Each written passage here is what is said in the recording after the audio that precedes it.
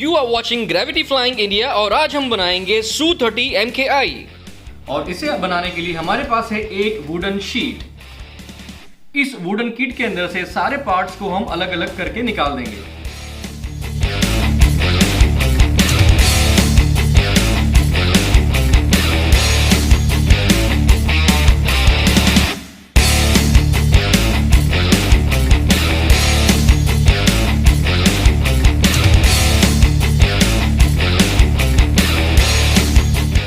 इस एयरक्राफ्ट को बनाने के लिए हमारे पास टोटल 26 पार्ट्स अवेलेबल है।